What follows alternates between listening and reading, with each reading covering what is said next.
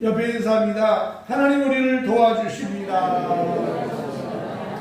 그럼 하나님의 도움받으며 늘 살아가는 은혜가 임하시기를 예수 이름으로 축복합니다.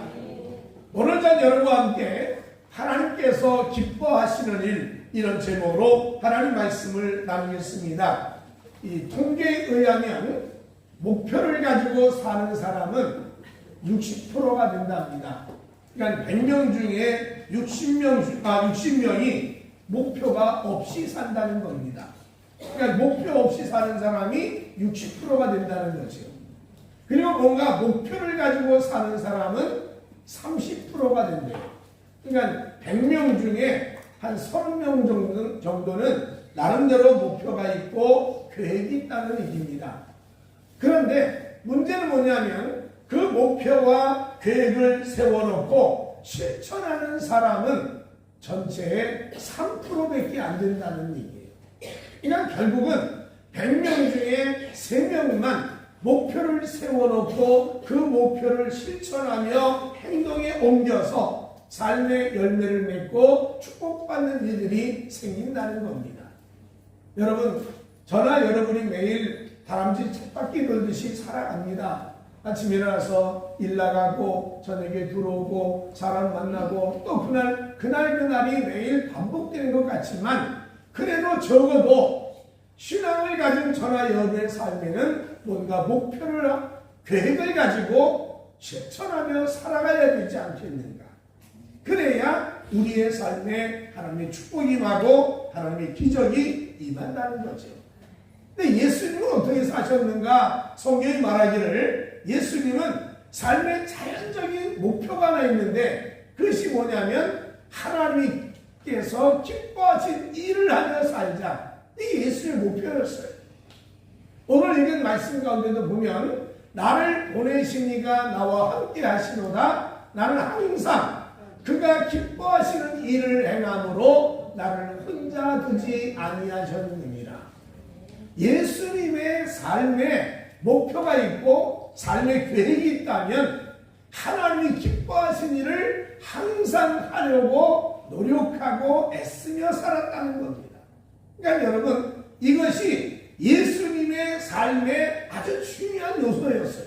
그래서 하나님을 기쁘게 하며 살다 보니 하나님이 함께 계시고 그 예수님이 하셨던 일 순간순간마다 하나님의 능력이 임하고 하나님의 기적이 임하고 하나님의 도움이 있다는 거죠.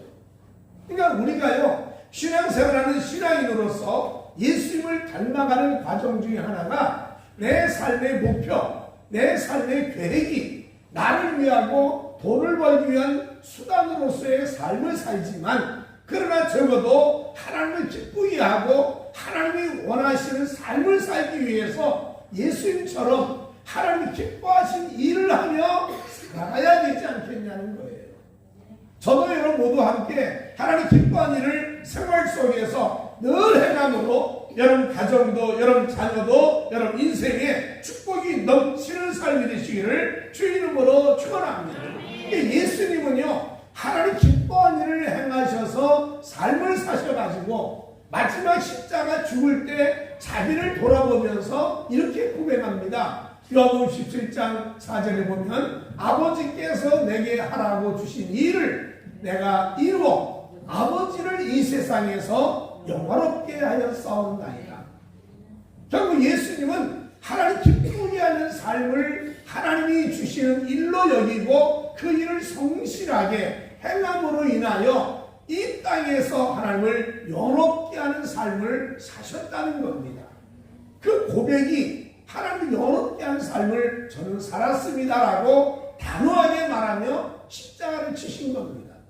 여러분, 우리가 삶을 사는데 70이요, 당근은 80, 이제는 세월이 바뀌어서 그 말씀마저도 변하여 90, 100세까지 사는 시대지만 그러나 우리가 가진 하나님 앞에서의 삶의 목표, 삶의 계획이 무엇이냐는 거죠.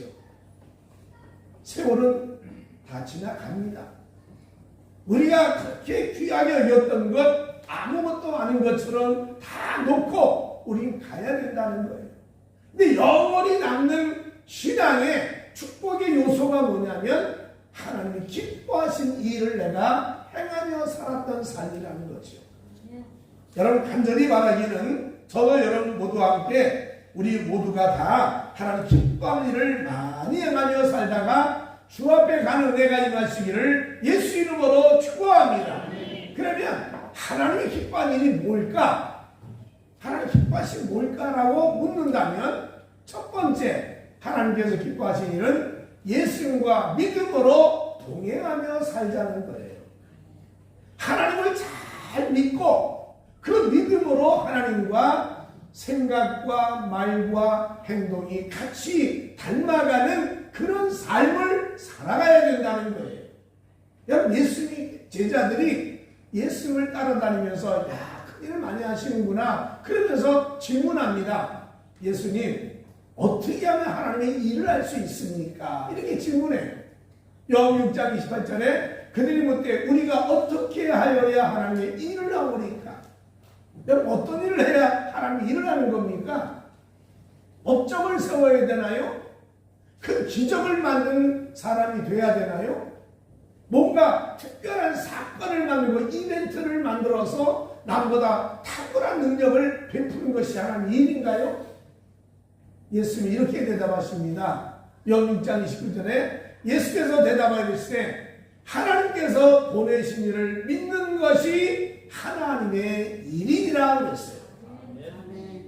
일 중에 가장 하나님 기뻐하는 일 첫 번째가 뭐냐면 예수를 믿어야 된다는 거예요.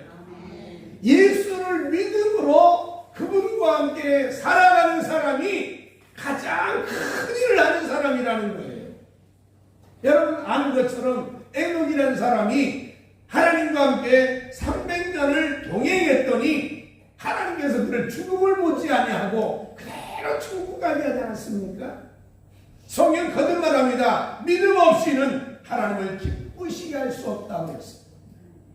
내가 큰 업적을 세우고 대단한 일을 하는 것보다 우선 첫 번째로 가장 중요한 게 뭐냐? 예수를 내 마음속에 진실로 믿고 그분을 의지하고 그분을 가까이 하고 예수님과 함께 인생을 살아가는 것이 제일 중요한 하나님의 일이라는 겁니다. 사람은 종종 묻습니다. 너 하나님 봤어? 너 천국 봤어?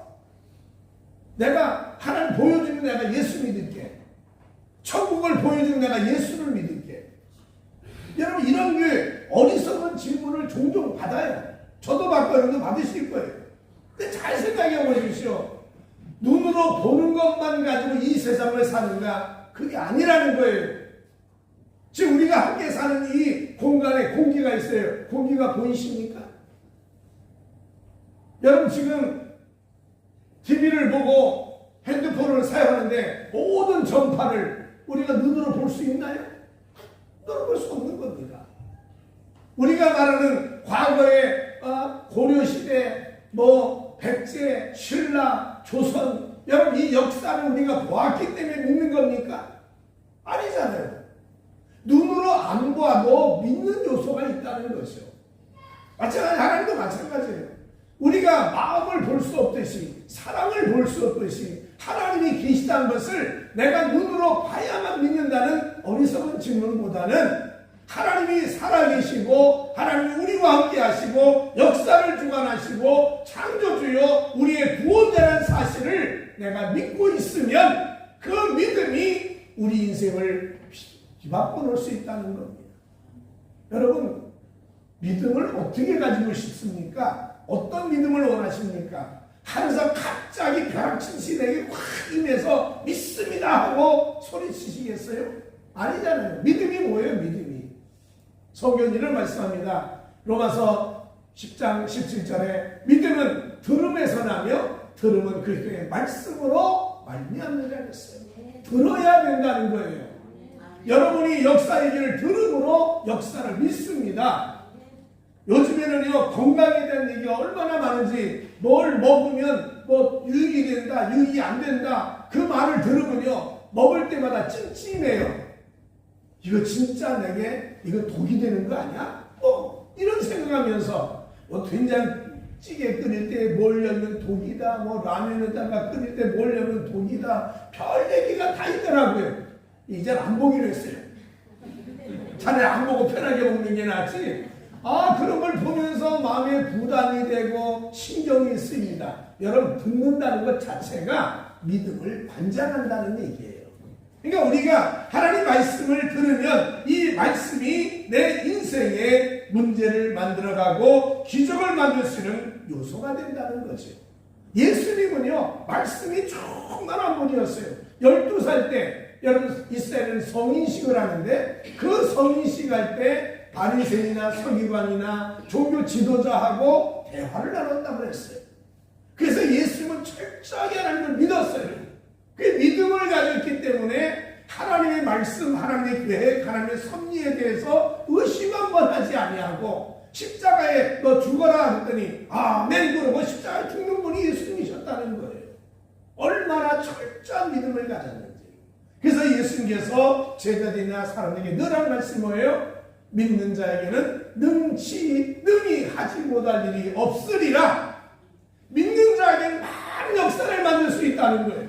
그래서 예수님이 병든 자를 만나거나 문제를 풀어갈 때마다 늘 하신 말씀이 뭐예요? 내 믿음대로 될지어다. 내 믿음이 너를 구원하였느니라. 믿음의 열매를 강조하신 분이 예수님이셨어요. 그래서 예수님이 우리에게 말씀하시기를 믿음으로 하나님과 함께 사는 것이 하나님 일을 하는 첫 번째 일이라는 거예요. 여러분, 기뻐하신 일을 행하기 위해서 대단한 업적 세우고 대단한 스타 같은 인생을 안 살아도 예수를 잘 믿고 예수와 함께 사는 여러분 되시기를 예수 이름으로 축복합니다. 옆에 인사합니다. 예수님을 잘 믿으며 삽시다. 두 번째는요, 하나님 기뻐하는 일이 뭘까 했더니 잃은 영혼을 구원하는 일이 하나님의 가장 기뻐하는 일이라는 겁니다. 여러분, 교회 행사가 여러 개 있어요.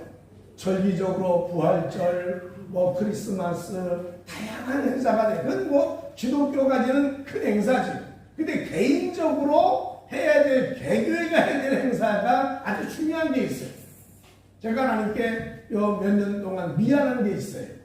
그 미안하고 죄송하기도 하고 우리 교회들 다 하나님 앞에 미안해야 될 행사가 하나 있어요.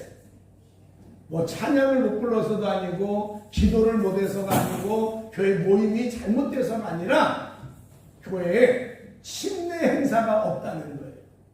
세례를 베푼 행사가 없었다는 거예요. 이 말이 뭔지 아세요? 세례를 받았다는 얘기는 예수를 믿고 변화되어서 이제 하나님과 인생을 살겠다고 결심하는 게 세례고 침례 아닙니까? 근데 그런 침례받을 행사를 그동안 못했다는 얘기예요. 그 말은 그냥 오래된 교인들끼리 같이 살면서 새롭게 예수 믿는 사람들이 거의 없었다는 얘기예요.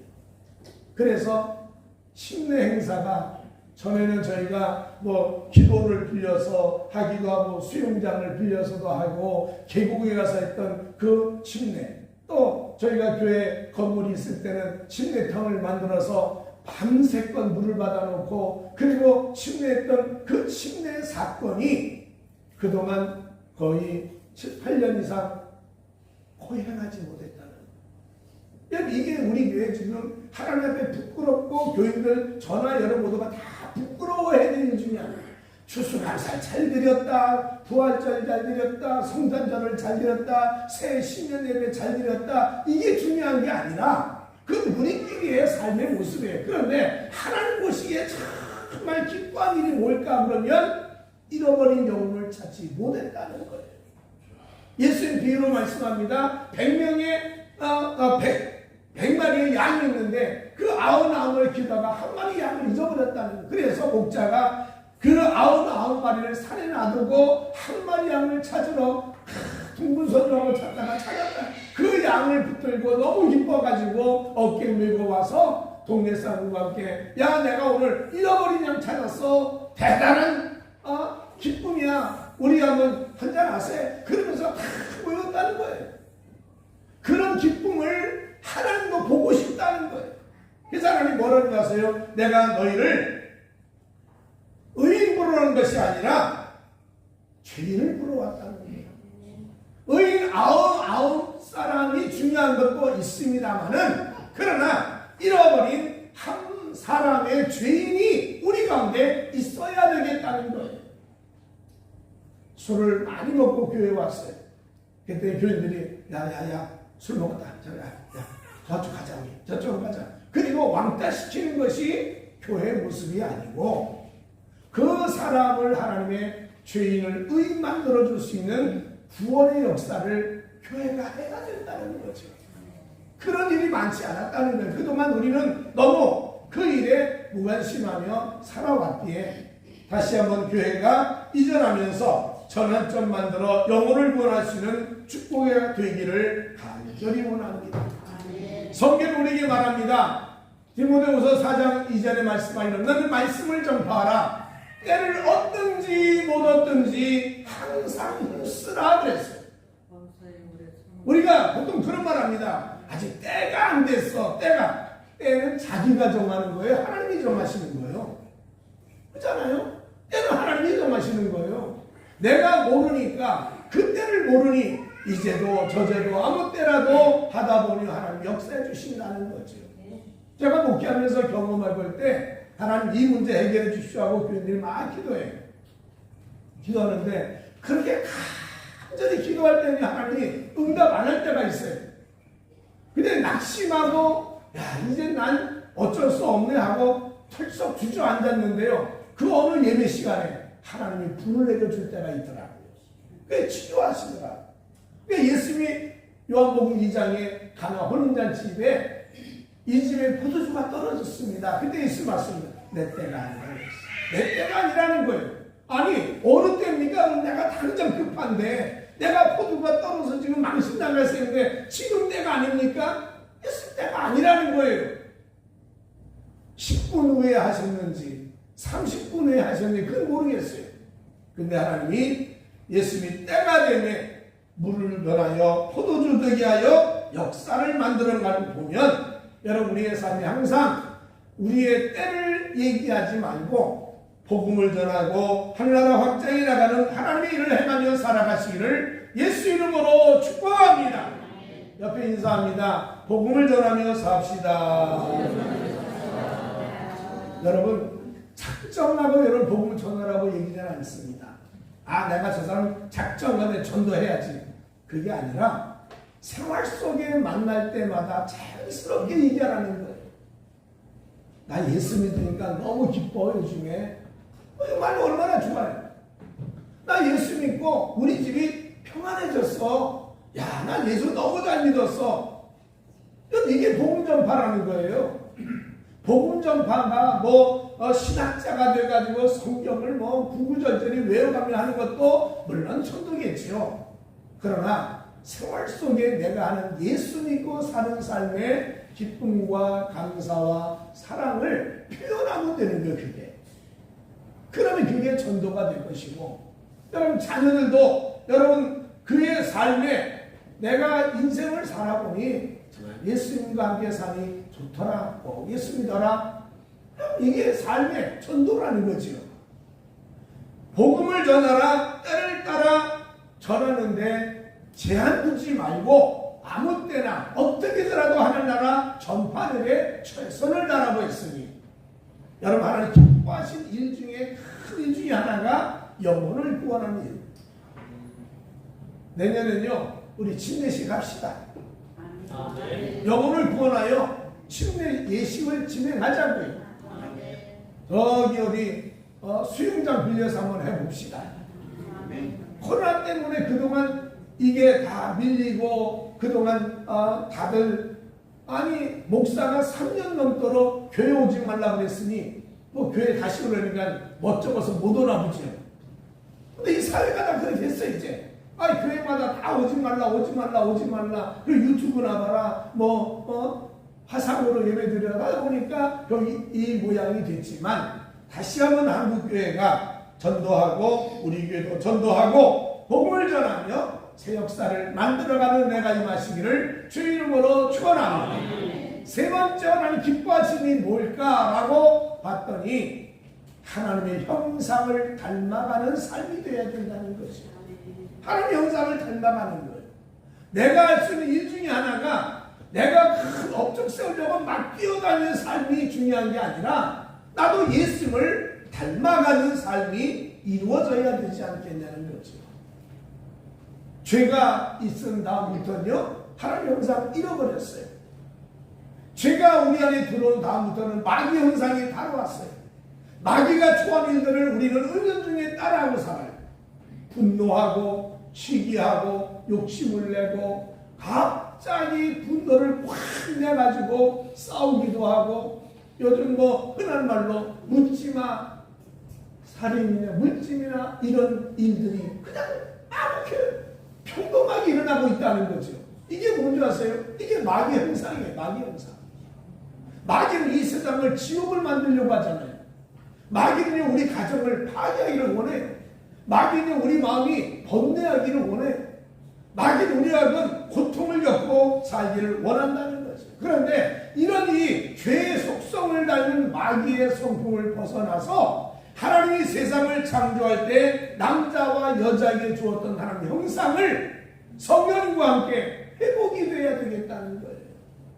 오늘 저도 여러분 다 하나님의 은혜 안에서 좋은 성품이 그냥 착한 성품이 아니라 하나님의 성품이 우리 안에 들어와야 된다는 거죠. 자녀가 출생하면요, 부모의 DNA가 들어가잖아요. 내가 병이 걸렸다 그런 의사가 뭘 묻습니까? 부모님 중에, 형제 중에 뭐 당뇨 있는 적이 있었나요? 암에 걸린 사람이 있었나요? 물습니다. 왜 묻습니까?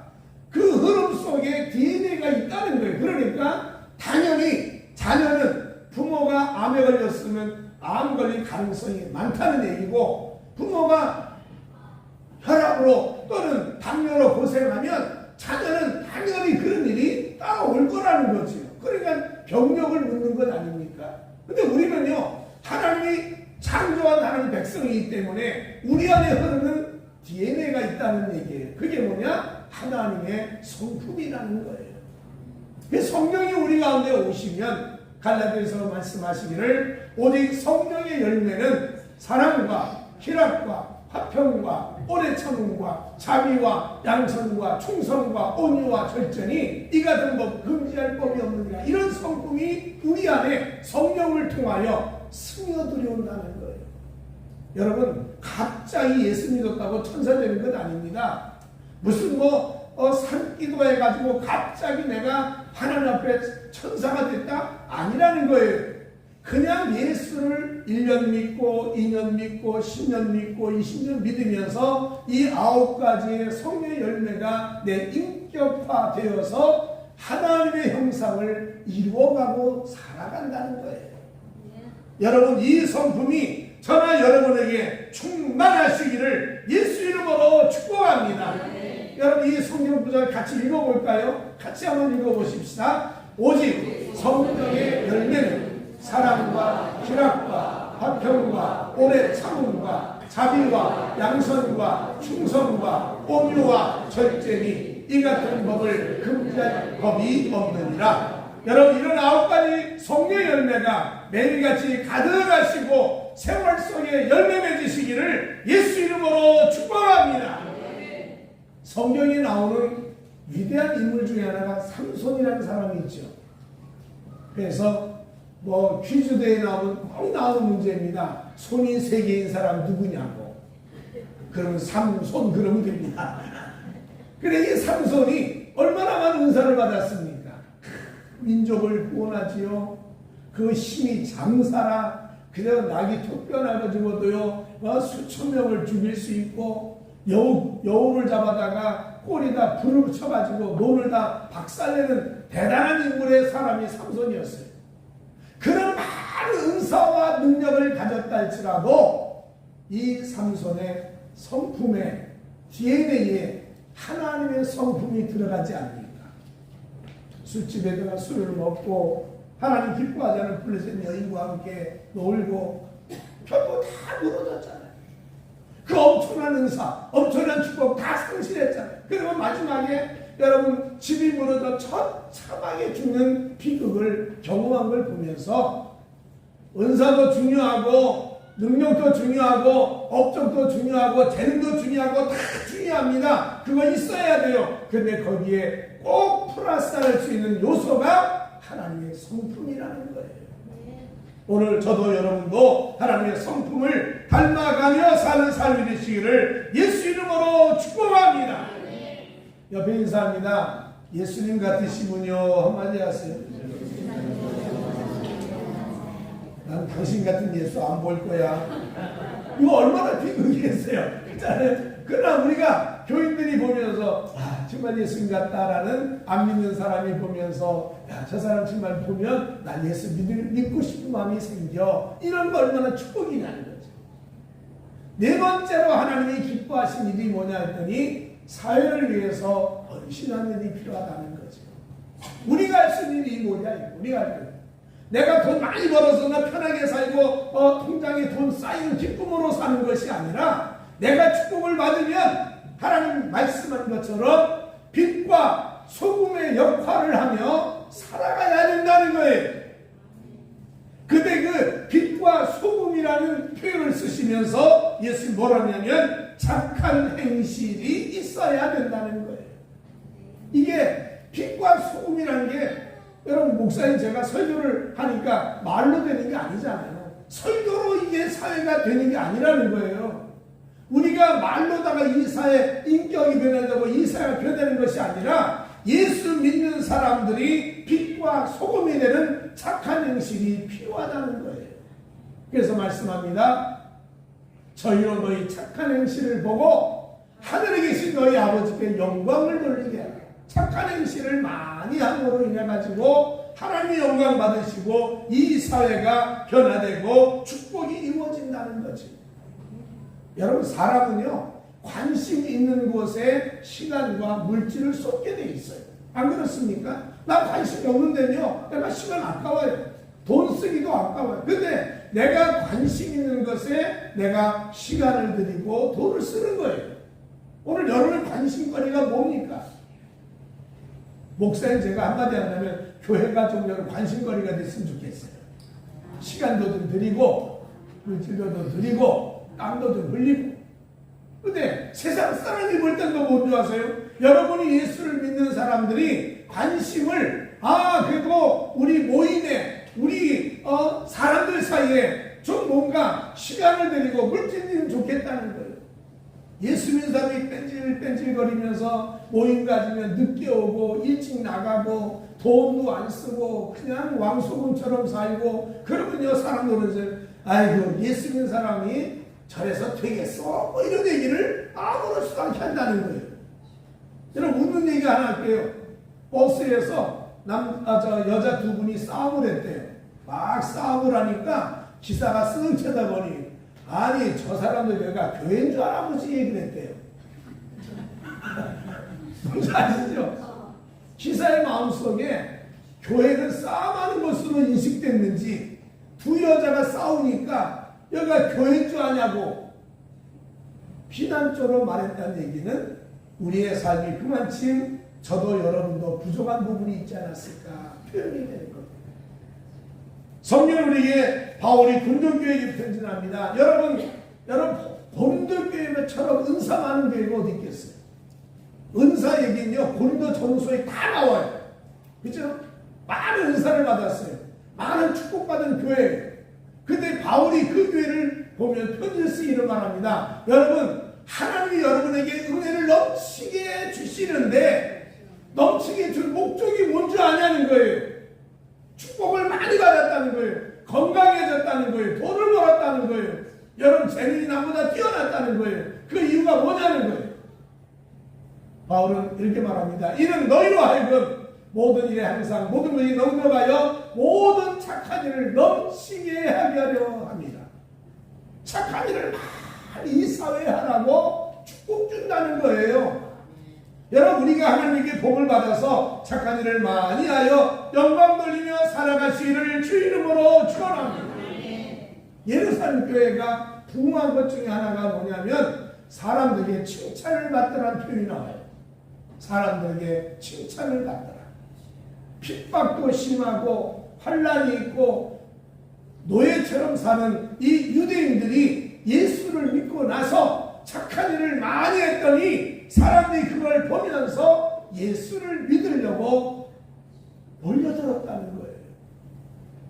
우리도 다시 한번 하나님 앞에서 착한 일을 많이 하며 여러분 빛과 소금이 되시기를 예수 이름으로 축복합니다.